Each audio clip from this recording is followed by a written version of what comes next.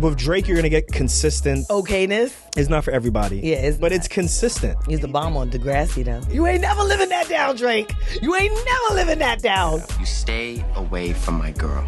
What are you talking about? Ash and I are a thing again? Really? Yeah, really. Guess I'll have to ask her that when I take her out on Friday. No.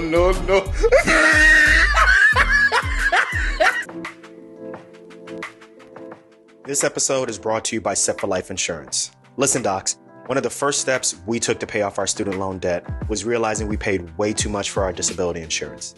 That all changed when we found Set for Life Insurance. They helped us with a customized insurance policy that met our needs and, most of all, budget. To learn more, check out setforlifeinsurance.com. All right, y'all, we are back. We're not sure what we're going to be talking about, but we're just going to roll with it and go from there. One thing that I'm really excited about real quick is two things came out. Cleo Sol's album came out. Okay. Her new R&B album came out. Alfred, please put a little screenshot. I'm going to send it to you. Put a screenshot up there for people on YouTube to check it out, as well as if you're listening on audio experience. And then Drake just came out with his one of the singles for his album. So Drake came out with another single. Yeah, he has something that he's doing with what's her name? It's with SZA.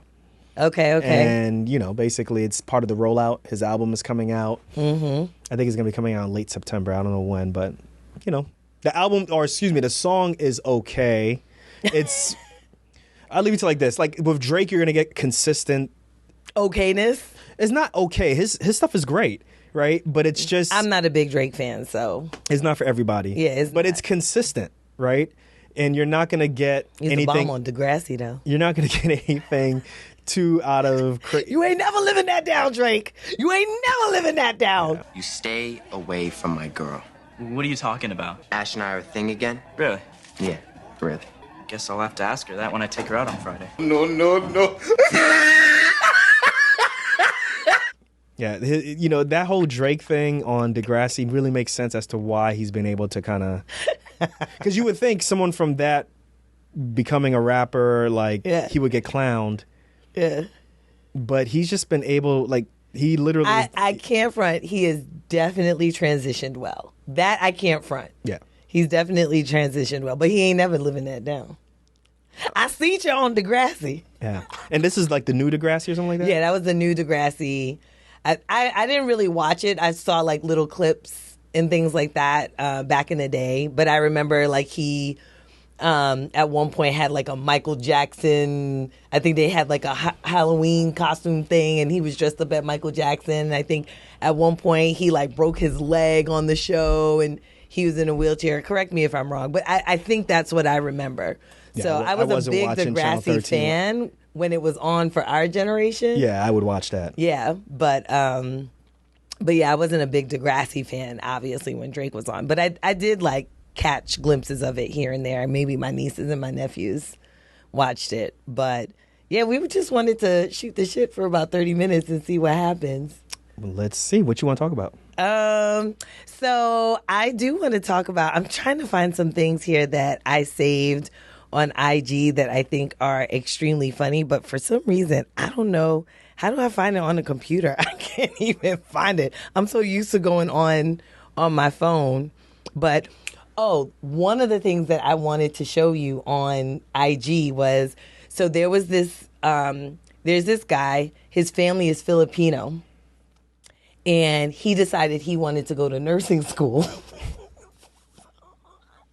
His family is Filipino. He lives in the United States. If you laughing this hard before you take he grew up in the United States. Is it funny that he's just Filipino or what? No. I'm laughing about what he did. So he grew up he's born and raised in the United States, and he realized how he could buck the system. And he was like, so if I'm Filipino, or if my family is Filipino and I live in the United States and there's always a nursing shortage and I want to be a nurse, and when there is a nursing shortage, they oftentimes recruit Filipino nurses. I'm going to go to nursing school in the Philippines where it's going to be dirt cheap. I won't have any student loans. And then I'll get a job back home in the United States. Wait, but how cheap is the schooling though? That's what I'm trying to find the thing that I saved. Is it worth it? Like the amount it would take to move and relocate back to the Philippines. But if he Is has it worth family it? there, then how much is he actually paying for stuff? Like, I don't know. That's what I'm asking. How much is tuition? Like, did he save a okay, significant amount? let's put it like this. Let's say if there's a doctor shortage and they like were recruiting doctors from Ghana like every single time. Right. And you knew this before you went to medical school and you're like, dude, I could go to, Kwame Nkrumah University. Hey, looking at right? those average tuition costs, yeah, I think I would definitely win if I got educated. But that's what I'm saying.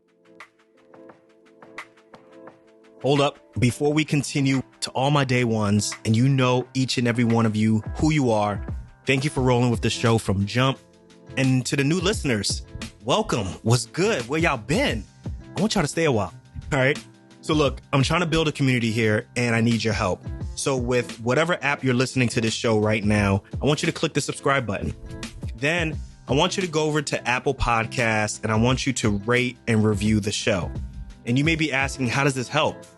The way how it helps is by helping the show to grow and rise up in the rankings so that it's easier for new people to discover the show. Now, what's in it for you is at least once a week, I'm going to be going through these reviews. I'm going to pick a lucky reviewer and I'm going to give that person an opportunity to have a 15-minute session with me where we could talk about anything from personal finance, getting your money right, to just shooting the you-know-what about the show. So listen, remember, all I need you to do is subscribe and then rate and review this show on Apple Podcasts. Let's get on with the episode. Peace.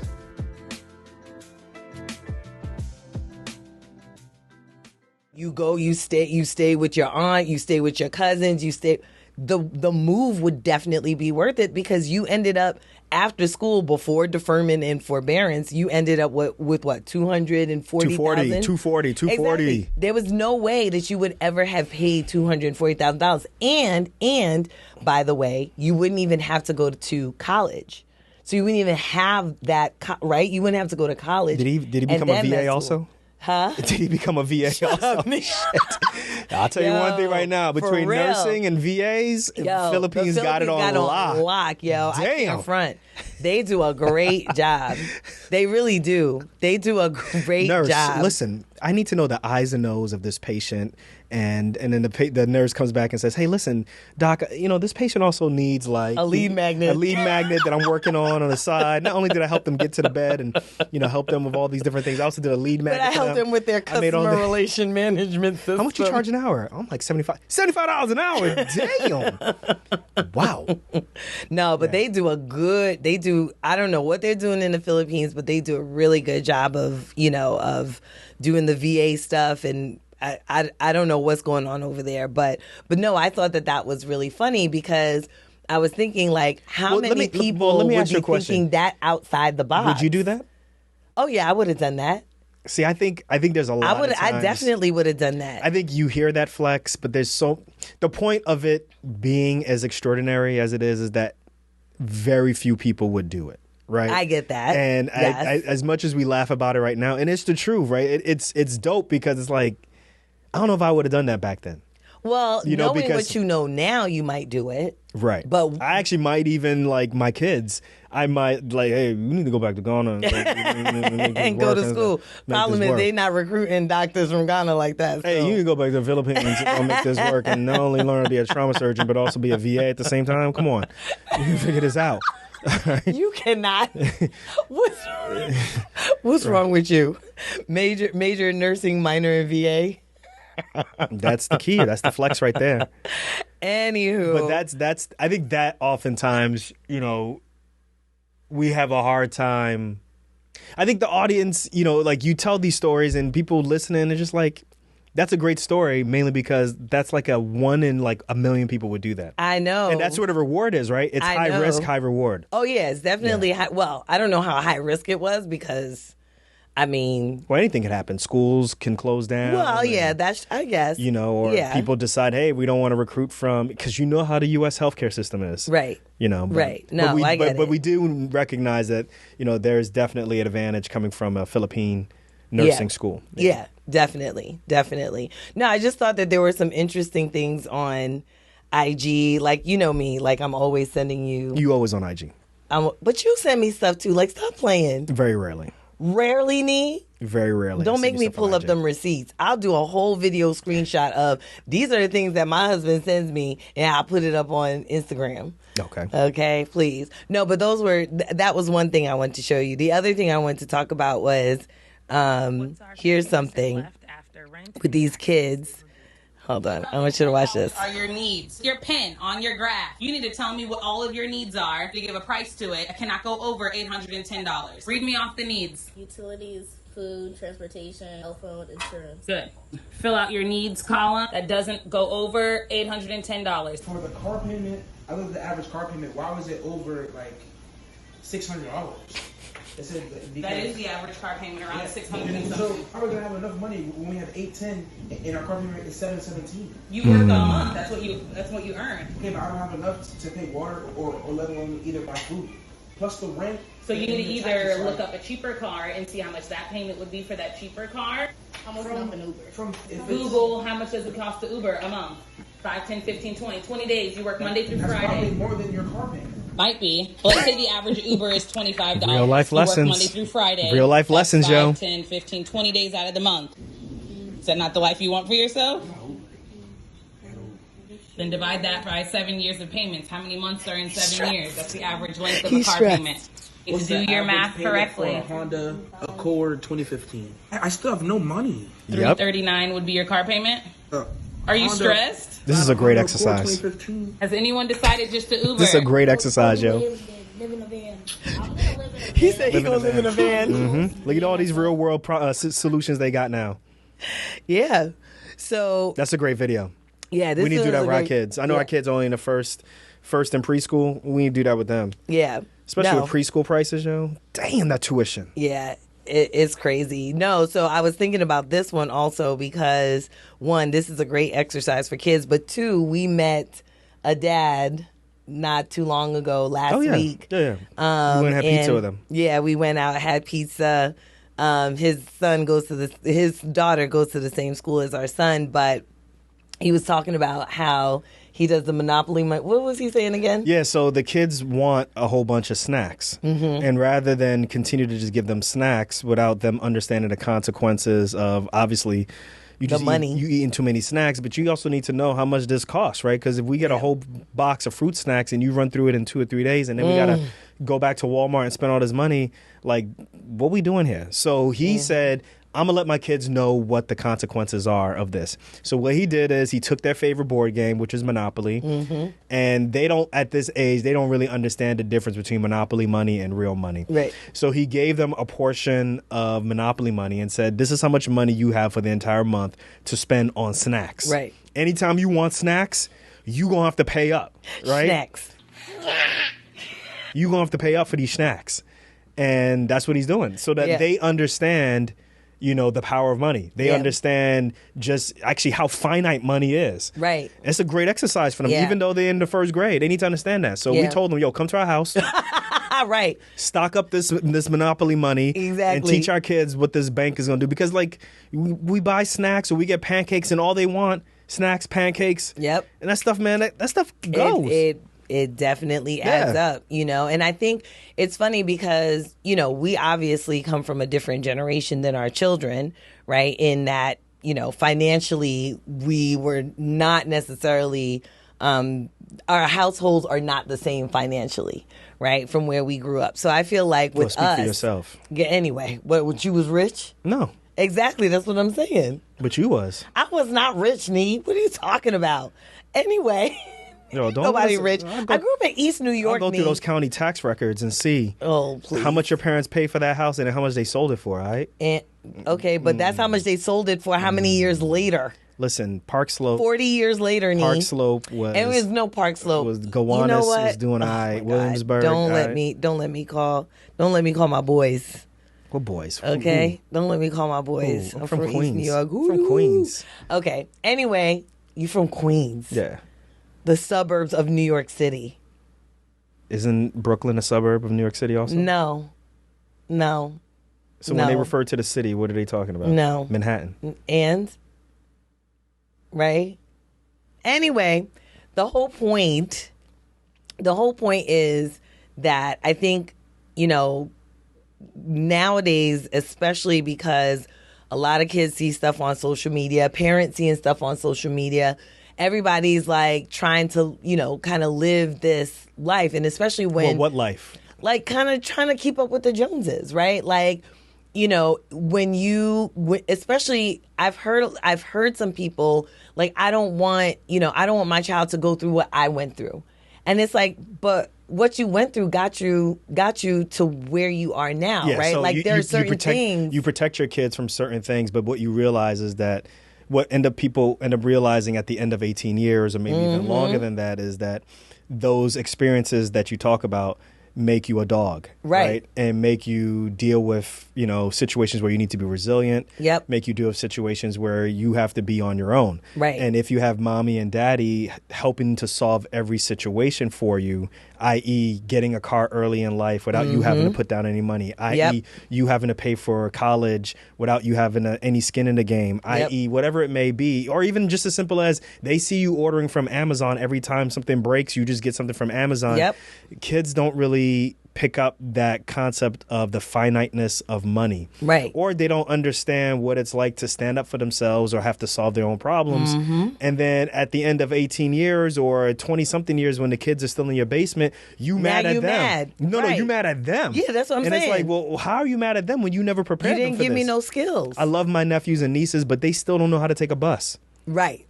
Right. And it's like, so when I was in school or in elementary school or high school and I took the bus, there was no cell phone. And there wasn't Google Maps that can just say, take this bus. Google Maps now will tell you, it knows by GPS, get off the stop right here. The other bus is coming. Exactly. You can transfer onto it. Or you can take this train. Like, these are things that they just have no concept of. I'm like, I get it. But I hate to be the get off my lawn, but yeah, there definitely is. The Gen X. Yeah. If you're looking for a podcast that moves the health conversation outside of the box, then I highly recommend Healthy Conversations, the acclaimed podcast from CVS Health. Hosted by Dr. Daniel Kraft, the Harvard and Stanford-trained physician scientist, Healthy Conversations provides cutting-edge information about the forefront of medical practice. On each episode, Dr. Kraft sits down for one-on-one interviews with doctors and tech innovators who are transforming healthcare to address some of the most pressing issues. If you're looking for entrepreneurial inspiration, then I recommend their episode on how the NHS evolved to support physician entrepreneurs. This is where Dr. Kraft interviews Dr. Tony Young of England's National Health Service on medical innovation. Or listen to their recent conversation on neurodiversity with legendary animal behaviorist and autism advocate Tempo Grandin. So look, don't miss out. Listen to Healthy Conversations from CVS Health. It's available for free on Apple Podcasts, Spotify, or wherever you're listening to this podcast. Link is in the show notes.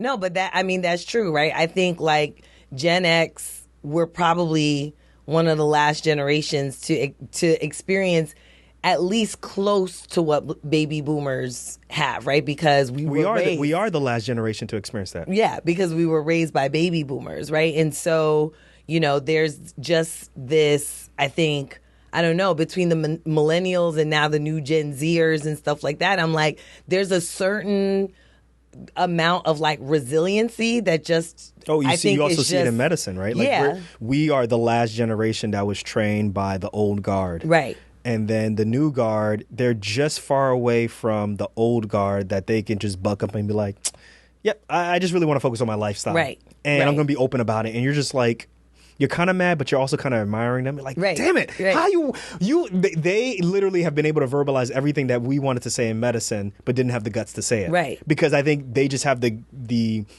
have the advantage of being years away from that older generation. So we're the go-between of yes sir, yes ma'am, right. We're gonna be up there, we're gonna wake up at 4 a.m. and be there and get home late and all that, and they're just like, the new generation is like, yeah, we're not trying to hear that.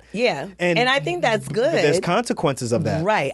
That's what I was gonna say. I think that especially in residency, you know how I feel about that, right? I think that's good. I think it's very good that people are like, no, like I'm gonna take control of my whole life. Like that's what this show is all about, right? Is that you're going to take control over your own life and do the things that you want to do. But I also think that it comes, there are, like you said, it comes at a price, or there are some consequences, to that. And I think part of it is there is a lack of experience that they may be missing out on that allows them to have a certain level of resiliency, so that it's like, listen, if it didn't work the first 2 times, it doesn't mean it's not going to work the 3rd, the 4th, the 5th time. Like, you don't have to just be like, oh, this is just not working, then just be done. Or, no, I can't do this because I don't have this, and this. It's like, well, the definition of whatever it may be that you're doing changes, right? So the definition of a doctor has changed for them, right?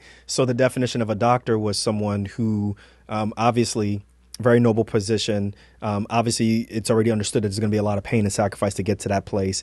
But afterwards, there's this lifelong relationship commitment that you have that oftentimes comes at the sacrifice of family. And to some extent, for the prestige that you get, there's certain things that you're going to have to give up. Right. Yeah. And, up until, obviously times in the 80s and 90s, there was a certain amount of financial, wealth that you would get from that. Yeah. But all of that stuff has changed. Yeah. That has definitely gone by the wayside. There's a lot more corporatization of healthcare, which means things have kind of just been standardized. Yep. It's taken control out of doctors. And as a result, that definition, although the old guard likes to stick to that, the new guard is like, yeah, that ain't for me. I'm kind of looking at this kind of like, I work, and then when I'm off, I ain't a doctor no more. Yeah.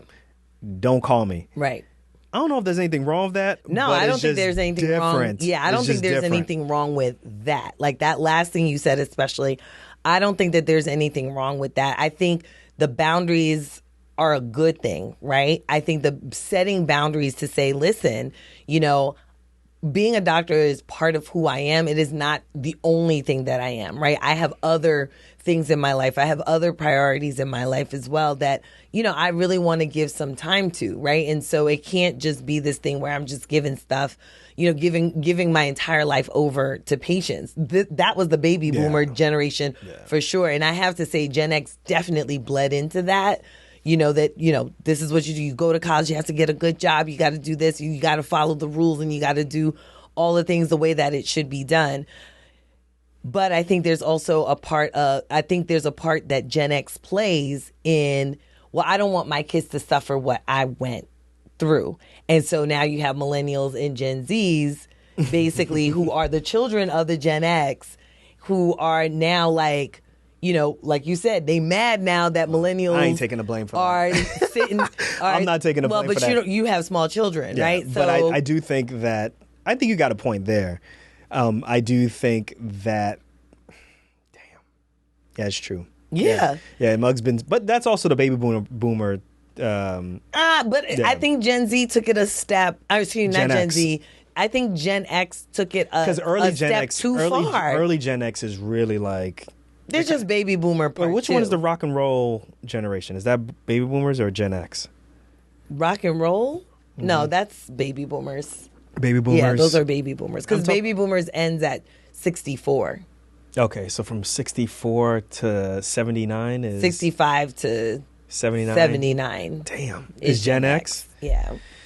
Woo, or just at like 80 or something. Yeah, I look. You know me already. But I think Gen X has a very big part to play in the millennials, We walk so they can run. Right. I get what you're saying, and I'm like, but they had to learn how to walk, and Gen X is like, you don't need to walk, you just run, and you're just like, hold on a second, you skipping a couple of steps hold on, here. There is the backlash that people say of like, man, you ain't got to go to college because the format has changed. Correct. We're more into digital things. You can create, you can make money off of YouTube. You can make money being a VA. You can do all of these different things that have kind of just like, as I always say, people don't trust institutions anymore. Correct. And institutions are crumbling. Correct. Right? So the concept of college and going to college and then, spending all this time going to college and getting all this debt and not really even being guaranteed a job. And if you get a job, more likely it's not going to be in the field that you study. Mm-hmm. I think a lot of people are like, I ain't trying to hear that anymore. But depending on where you come from, what your background is, if you don't have a college degree, that could be debilitating. Yeah, well, depending on what you want to do. Right. But don't forget, we as Gen X, we were taught you have to go to college or else you're going to ruin your entire life. And you're like, okay, well, I guess I got to go. Until you realize, hold on a second. Do you remember what? Hold on. But do you remember why a whole bunch of Gen X's, why right? are you holding my hand? Oh, because you're my husband. I can't hold your hand. Okay. Get out of here. Anyway, so why a bunch of Gen Xers? I think we realized, especially late Gen X, right? We started to realize, like, hold on a second. Why there's so many people with college degrees working at the Gap? Even though Kanye's crazy right now. No, but it's true. Kanye knocked it out the park when he was talking about. It's true because you could literally name all these people who went to college and they're like degrees and stuff. You know what's gonna keep me warm? That's right, those degrees. All the jobs that baby boomers were like, you have to get a job. That's the only way you're gonna get it. That didn't pan out for a lot of people. And then I think that the other thing too is there's this the knee-jerk reaction I felt for it, which is try to get to the most expensive and best school that you can go to.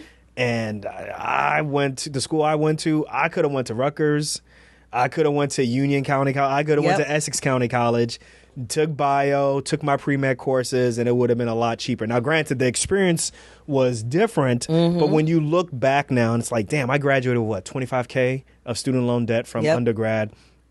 Did I have to deal with a lot of the things that I had to deal with in terms of, kind of just being in a completely different environment? That changes you, and that I don't know if that positively or negatively affects you or makes you better or anything like that. It's just an experience that you go through. The question is, did it make more sense for me to just stay home and go to Rutgers, or did it make more sense for me to just stay home and go through a cheaper option and go to a different school, like a junior college? Right. Which I think now that we have kids, it's like, I ain't forcing you to go to Lehigh or forcing you to go to Duke or anything like that or Princeton. You can stay out all that. But the thing is, I think right now it's just like, look, the whole notion of you going to college to find yourself, that's not happening. I'm not funding that. You need to know exactly what you want to do. No. If you're trying to find yourself, I'm gonna put a mirror right up to your face. There you go. Here you is right here. Right. Yeah, that part right there. I think I will put a hard no to of. Yeah. Well, what do you want to go to college? Well, I just want to kind of figure things out. Nah, them days are over. No. You can go to JUCO, which you can figure out on your own. And then when you're sure what you want to do, then maybe we'll discuss. What's the one with the mechanic where when you finish? Apex Tech. And then you get a bag at the end? Every tool that you use is yours to keep and goes into your tool bag at Apex Tech. Alfred, can you find that commercial? Auto mechanic. Now there's a good trade.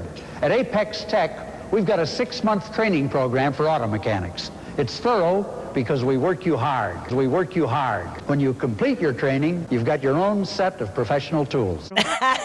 Is the dude with the bald head, the mustache, and wearing the mechanic's jacket? Yeah, he had like a little jumper with a tie underneath it and stuff. Yeah. So the last thing I wanted to talk to you about though was look at you. Hold on. Look at Renee being host. Guys, hold on a second. I'm the host. Anyway, guys, how do you think she's doing as host? As Renee driving this, I see low key. How you trying to? What do you call it? I'm taking over. You ain't taking over, Jack. Taking over. Boom. Okay, so let's talk about relationships. Go ahead. Okay. We got less than 5 minutes. Make it good. Relationships, right? So here go. If you're fine with brokey, keep scrolling. Who's going to tell her that the doctors are actually broke? In the very slim chance that you meet a doctor who isn't in a ton of debt and not already married, he's probably at least 40. And I'm going to tell you why. To become a doctor, you have 4 years of undergrad, then 4 years of medical school, and then 3 to 7 years of residency. God forbid if they choose a really hard specialty like neurosurgery. Then why she saying neurosurgery? Trauma surgery. More training, which is called a fellowship. And they're not making doctor money during fellowship. I've dated surgeons, I've dated physicians, and I've also dated dentists. And guess who had more money and quality of life? The dentist. And the dentist actually graduated with way less debt. As a person who's been a nurse for over 10 years and actually dated people that I worked with, I would not recommend. Go to and network at conventions. Use dating apps. But for the love of God, do not date anyone that you work with, especially when you're a new nurse. She's like, I got the receipts. They ain't got no money. She right, yo. She right. Like, she knocked it out the park. She she's got like, the money. I done did this taste test. They don't have the money. That ain't good. That ain't good. Get that off the menu. I saw another one where a guy was talking. I don't know if it was Anthony O'Neill or somebody. They were talking about like, doctors versus entertainers, or doctors versus sports rappers, or any of these other high profile people who make a lot of money but don't have to go through all the years of. And they were just saying like, doctors ain't got no money, and it's true. It's true, but tell that to the public. But tell that to the public. You're talking to somebody who is a little bit more responsible, a little bit more consistent with how they're making money. But she right though. You see what she said though? How many doctors she dated, yo? I done seen mad doctors, mad dentists, mad respiratory therapists, mad ER docs, mad what do you call it? What do you call those people who move people around? Mad patient transporters. I'm like, sis, you sure you want to let everybody know?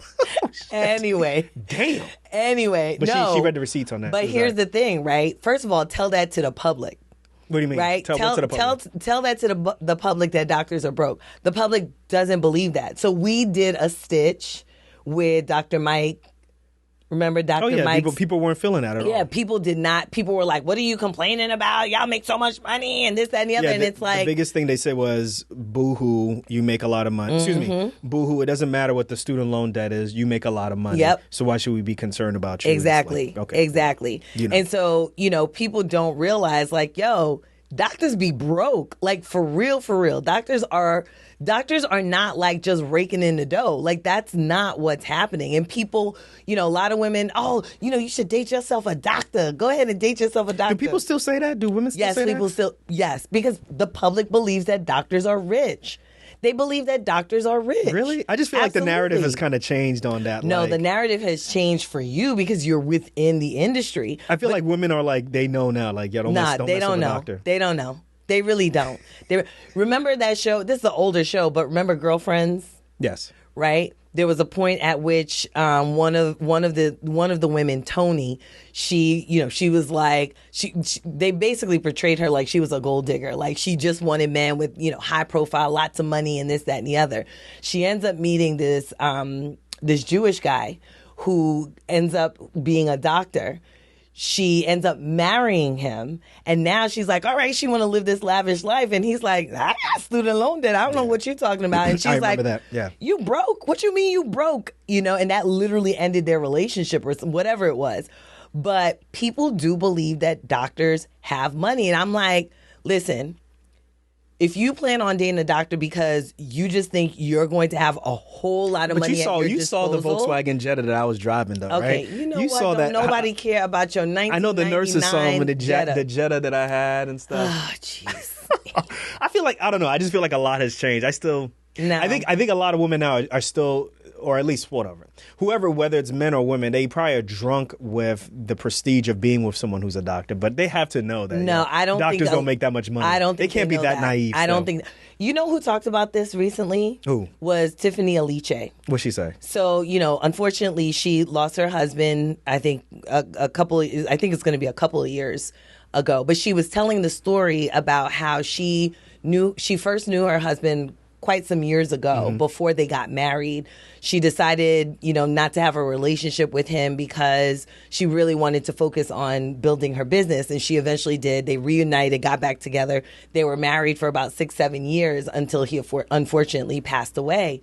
But she was telling the story about how she made the calculation in her head, man, should I date him or should I hold out, for that doctor? Oh, her dad wanted her to marry a lawyer or a doctor, but then she started realizing that based off of how much money she's making from a business standpoint, she's making way more than what a doctor is making. There's that part of the story too. And her lifestyle was much better than a doctor or lawyer. So why does she really necessarily need to hold out for a doctor or lawyer? Yeah, that was a big part of the story. But one of the things that that struck me was that, again, even someone like Tiffany Aliche, she's college educated, she has her own business, she's very successful, right? Still had in her mind that, maybe I should hold out for Well, that was a doctor. that was her father's. No, situation. but she had that thought in her head Right. too. Like she admittedly had that thought in her head. It's like inception. The father incepted that in her. Yeah, probably. But at the same time,